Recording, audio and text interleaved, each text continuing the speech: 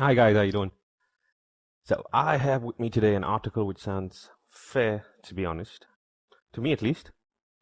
So for all of you who don't know, we have this law in India that punishes people who pushes others to suicide. I honestly believe suicide is a choice, and the person should not be sent to jail for the other's choice of suicide. Yes, you might push somebody to something, but then the final choice is always the other person's, and it'll be really difficult to prove something like this. Yeah, I don't expect everyone to stand with me on this. We all have our own opinions. A woman is cleared of charge of betting her husband's suicide on the 22nd of December 2015. The article talks about a suicide note left by the victim on his laptop. He committed suicide on the 14th of June, but the note was seized by the police only on the 17th of the same month. The note was found on the laptop by the father of the victim. Uh, the court stated that the laptop was used by someone prior to the police, so it's not exactly the best of evidence. The wife had also filed a domestic violence case against the husband. Obviously, no one knows whether it's true or not, and we probably never will because the guy's fucking dead. Um, I feel the court rightfully acquitted the woman beyond reasonable doubt. I mean, it's understandable. They didn't have enough evidence to convict her. Then why am I referring to this article, you ask? Well, the double standards. If a woman dies an unnatural death within the first 7 years after marriage, the husband is presumed to be the one who killed her or caused her death, if there was a history of abuse. Now, a simple statement would be enough, or even one of the relatives saying that he was abusive would be enough. It does not have to be proven beyond reasonable doubt that she was abused. This is also termed as dowry death. He is basically guilty until proven innocent. I cannot think of any other law that completely and blatantly disregards the fundamental rights of a human being. And of course, I have no support for the abettment law in any way. But for fuck's sake, presumption of innocence and equality. Moving on. Times of India has this section called Soul Curry. I know, fucking India curry. Yeah, it's a hoot. Anyway, it's where you can write your story and send it to them, and they basically put it out. Anonymous, of course. I have no idea how true these stories are, but I found this particular one truly fascinating. The heading reads, Yes, I got pregnant when my husband was out of town. You see why it caught my attention. She writes, On a chilly Saturday morning, as the second line showed a faint positive, I was gripped with shock, fear, and sadness. The greatest joy to womanhood just turned into a curse. Knowing that my husband has been away for more than a year, a missed period definitely indicated a second man. Um, yeah, it indicated it to the others, but fucking hell, you knew it, right? Anyway, she goes on to say that her husband works abroad and she's been seeing this guy for almost 20 months and that she had to look after a 2-year-old alone since her husband was abroad making money. She also states that she had money, but she suffered from loneliness.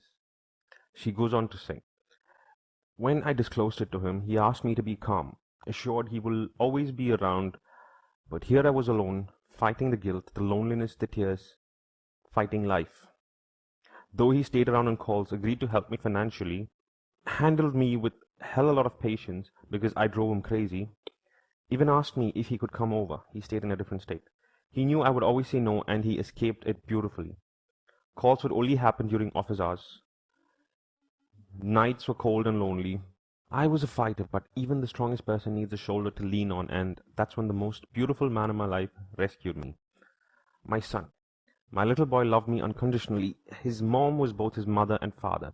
With guilt-filled eyes, when I looked into his angelic innocent ones, I felt him say, Mom, I will never judge you. You are my hero. With tears rolling down my eyes, I hugged my little man, the tightest. Nature did join us by the umbilical cord, but the bond we shared made us stronger. As I undid my mistake all alone that weekend and started playing our favorite sport, football, with my handsome toddler, I thought of the other two men and realized what convenience love is. One left me alone with an infant for a career, and the other only loves or needs me when he's alone. So, what did you guys take out of this article? I'll tell you what I think. Her husband is working abroad, God knows fucking where. He makes money and sends some for her and his family. If he had not, I'm pretty sure she would have mentioned that. He might be cheating on her as well. Who knows? What I know for sure from this article is this little bitch can whine and moan all she wants, but if she wanted a fucking divorce, she should have gone for it. She did not, because it would be a lengthy process. She was getting money from her husband voluntarily and also got some on the side from another man.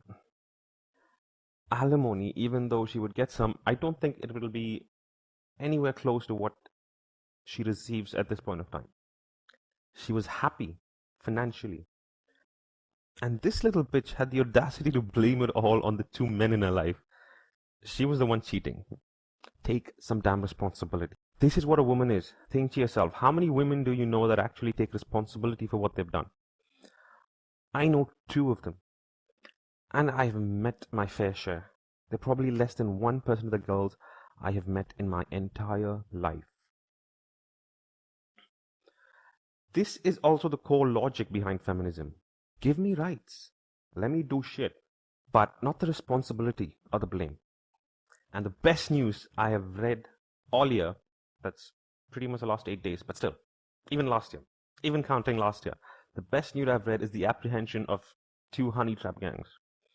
A 20-year-old woman was arrested for stealing money from a man and his car as well. According to the report, she's notorious for filing fake molestation and rape charges to extort money from men. So this man was honey trapped and then drugged by her and 2 other men, and then they stole his belongings. The cops found after investigation that she had previously filed a rape case against a guy who she later married and divorced. I'm guessing she married and then separated in order to get alimony. It's a reasonable conclusion, I'm guessing, but yeah. The other gang that was busted consisted of 4 men and 2 women. The woman usually befriends a man, has sex with him, and then her accomplices charge in and force the man to pay up. I think I've seen this shit in a fucking movie or something. Anyway, this guy went to the cops, and they conducted a sting and nabbed one of the perpetrators. You know, fucking awesome. But I have one problem with these fucking articles, though.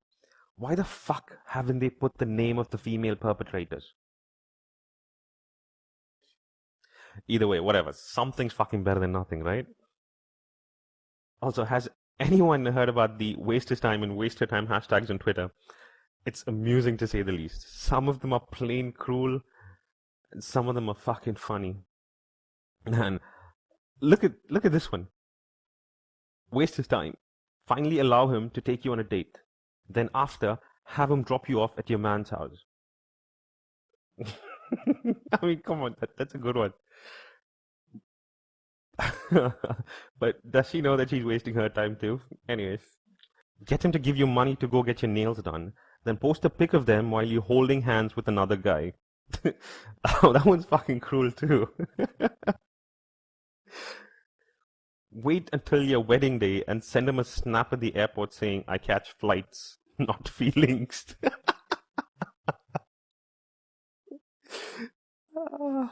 Those were funny, but this one's plain fucking cruel. Write him love letters the whole time he's gone at war, but when he returns after he gets shot, tell him you don't date cripples. Savage Grandma has some shitty fucking thoughts, doesn't she? But yeah, that one was bad, man. That one was bad. Um, you know what? No better time to go fucking MGTOW, right?